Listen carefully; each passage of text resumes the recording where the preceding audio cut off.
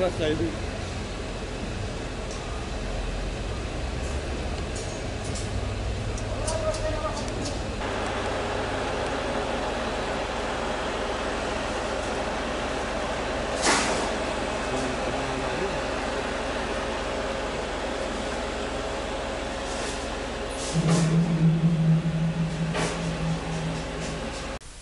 İsmim Adnan Özaras. Şimdi öncelikle mimari projelendirmeler yapılırken bugün depremle ilgili ne tür önlemler alınabilir bundan bahsedeceğiz. Depremle ilgili alınabilecek önlemler ilk başta projelendirme ile başlıyor. Burada statik dediğimiz inşaat mühendislerinin çizdiği binanın yatay ve düşey taşıyıcılarıyla beraber mimari projenin organize bir şekilde hareket edilmesi lazım. Tabii inşaat mühendisleri de bu durumda jeoloji mühendisleriyle beraber hareket etmekte. Projelerimiz daha yeni başladığı süreç içerisinde zemin etütleri yapılıyor jeoloji mühendisleriyle beraber.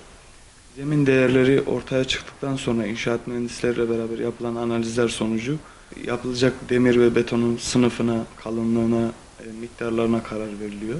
Burada aslında mimarlığın 3 temel ilkesi var yapı yapılırken.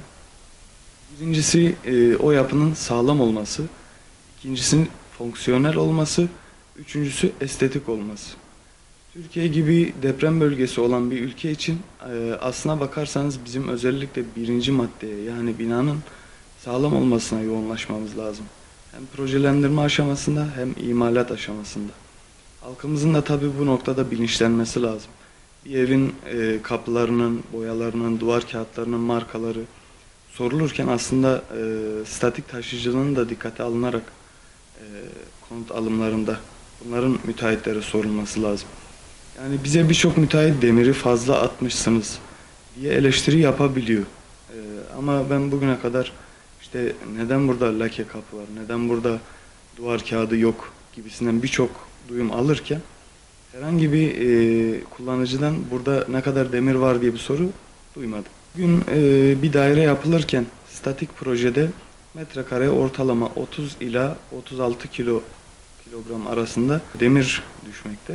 Tabii bu statik projede demirin fazla atılması da aslında çok iyi bir şey değil. Bu zemin etüdü sonucu ortaya çıkan bir değer. Müteahhitlerin buradan kısabileceği rakam taş çatlasın %10-15 arasında bir fark oynamakta.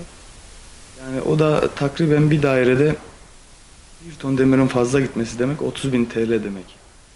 Kapılardan, ondan sonra parkelerden, duvar kağıdı gibi sonradan değiştirilebilecek şeylerden bu maliyeti kısıp aslında yapının ana taşıyıcılarına dikkat edilirse ülkemiz için çok daha sağlıklı bir politika izlenmiş olur inşaat sektöründe.